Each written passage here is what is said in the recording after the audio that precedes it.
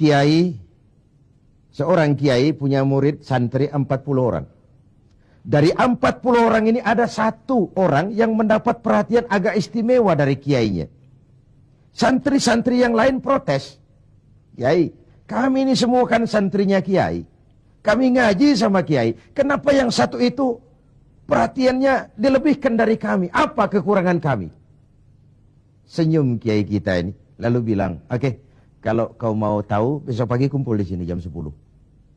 Esoknya jam 10 kumpul 40 santri ini, termasuk yang dapat perhatian istimewa tadi. Anak-anakku, kata kiai, hari ini saya ingin memberikan pelajaran kepada kalian semua. Masing-masing kalian aku berikan seekor anak ayam dan sebilah pisau. Bertebaranlah kalian dengan anak ayam seekor dan sebilah pisau ini. Cari tempat yang tidak ada yang lihat. Sembelih ayam itu di situ. Cari tempat yang tidak ada yang lihat. Sembelih ayam itu di situ. Anak ayam itu. Bertebaranlah santri ini. Mencari tempat yang dipesan kiai tadi. Cari tempat yang tidak ada yang lihat. Ada yang masuk ke dalam gua. Gelap, tengok kiri kanan, tidak ada orang. Potong anak ayamnya. Ada yang cari semak belukar. Noleh kiri kanan, tidak ada orang, potong.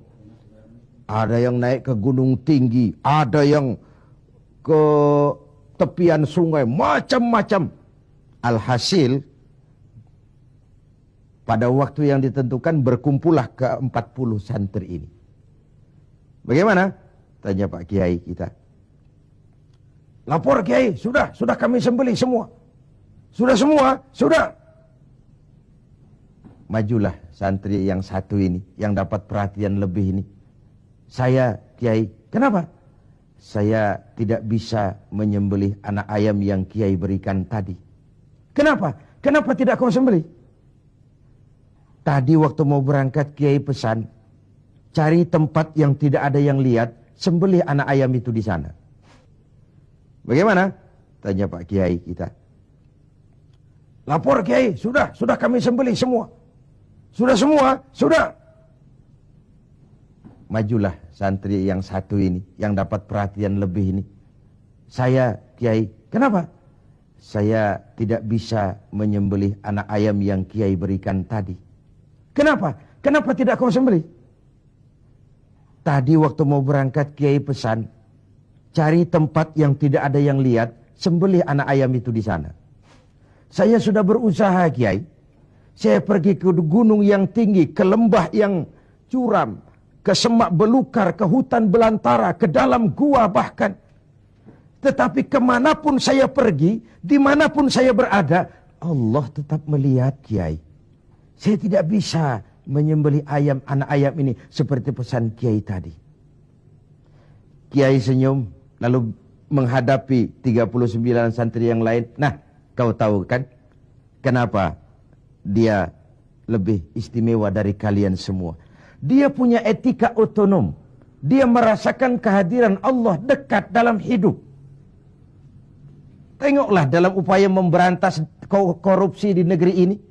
Berapa banyak tim yang sudah kita bentuk. Berapa banyak operasi yang sudah kita lancarkan. Entah yang namanya operasi kilat, operasi Raja Wali, operasi Halilintar, operasi Gledek. Tim ini, tim itu, tim ini, tim itu.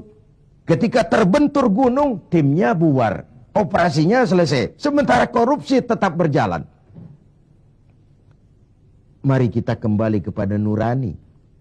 Dalam kondisi negara kita terpuruk, ekonomi kita begini rupa, 60% rakyat kita hidup di bawah garis kemiskinan.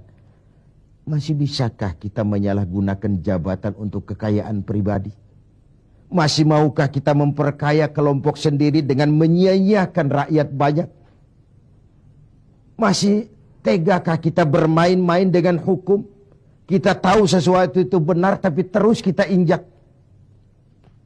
Kita tahu sesuatu itu salah tapi terus kita kerjakan.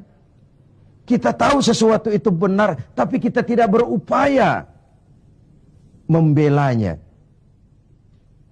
Benar kalau Rasulullah sallallahu alaihi wasallam pernah mengajarkan sebuah doa, Allahumma arinal haqqa haqqa warzuqna ittiba'ah wa arinal batila batilan warzuqna ijtinabah.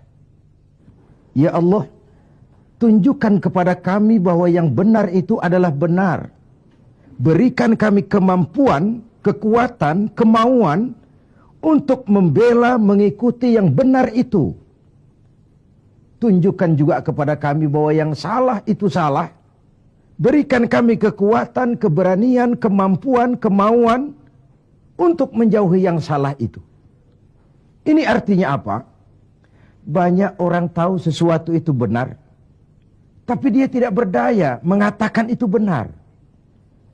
Dia tidak punya kekuatan untuk membela yang benar. Dia tidak punya kemauan untuk menyampaikan yang benar. Sebagaimana banyak juga orang tahu sesuatu itu salah, batil, zalim, tidak benar, inkonstitusional. Tapi dia tidak punya daya, kekuatan, dan kemampuan untuk menghindari yang tidak benar itu. Yang terjadi kemudian di masyarakat adalah kerancuan. Bisa saja terjadi yang benar dianggap batil, yang batil menjadi hak. Yang halal dikatakan haram, yang haram menjadi halal, atau setidaknya disamarkan. Kerancuan nilai ini membuat masyarakat menjadi tidak menentu. Oleh sebab itu, keberpihakan kepada yang lemah seperti dianjurkan dalam hadis ini. Wa rahimat dhaif. Orang yang bersifat kasih sayang kepada orang-orang yang lemah. Selain ada pula versi hadis Nabi yang menyatakan, irhamu salasatan minan nas.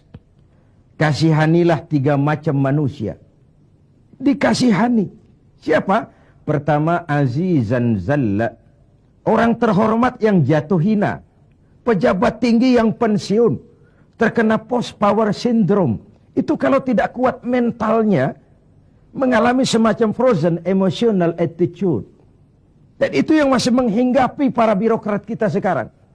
Dengar mau ada mutasi, gerasak gerusuk. Cari orang pinter, cari mbah. Solatnya masih menghadap Allah.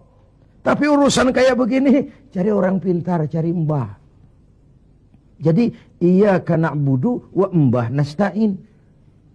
Ini kan tidak konsisten, mukhtalif, mencampur aduk yang hak dengan yang batil. Akhirnya segala macam cara diusahakan. Dia merawat jabatannya bukan dengan prestasi kerja yang baik, bukan dengan kondite karena memang melaksanakan tugas dengan sebagaimana mestinya, tapi banyak melakukan nyenangi atasan, suap sana, semir sini, semur situ. Azizan zalla. Orang terhormat yang jatuh hina, terkena post power syndrome, tidak sadar hidup ini kok cuma nunggu giliran kan. Ada saat datang, ada waktu pergi. Ada hari lahir, ada saat kembali. Ada waktu dilantik, ada saat menyerahkan jawatan. Wa tilkal ayyamu nudawiluha bainan nas. Hari itu kami putar di antara manusia. Apa yang kekal? Yang tetap adalah perubahan. Perubahan itulah yang tetap itu. Ini yang pertama. Yang kedua, ghaniyan qad iftaqara. Orang kaya yang jatuh miskin. Ini kalau tidak kuat mentalnya, bisa gila. Hidup serba ada, sama dengan pejabat tinggi. Datang dihormati, kemana-mana dikawal, tiba-tiba pensiun, nongkrong di warung Tegal, nggak ada yang negor.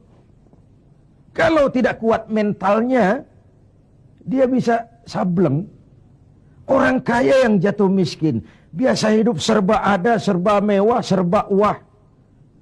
Tahu-tahu dihadapkan oleh kenyataan dia tidak punya apa-apa. Dia bukan apa-apa. Itulah sebabnya kalimat inna lillahi wa inna ilaihi raji'un bukan sebuah ucapan sekadar saat kita menghadapi musibah. Itu kesadaran batin yang paling tinggi dari seorang muslim. Segalanya datang dari Allah, segalanya akan kembali kepada Allah. Kalau satu saat saya harus melepaskan jabatan yang saya senangi, kenapa harus berat? Bukankah ketika terlahir dahulu tidak ada jabatan yang saya bawa? Kalau saya harus melepaskan harta yang saya miliki, kenapa saya harus berat? Bukankah ketika terlahir ke dunia ini tidak sesen pun uang yang saya bawa? Innalillah. Segalanya dari Allah. Segalanya akan kembali juga kepada Allah. Kesadaran moral yang paling tinggi. Segalanya dari Allah. Segalanya akan kembali kepada Allah.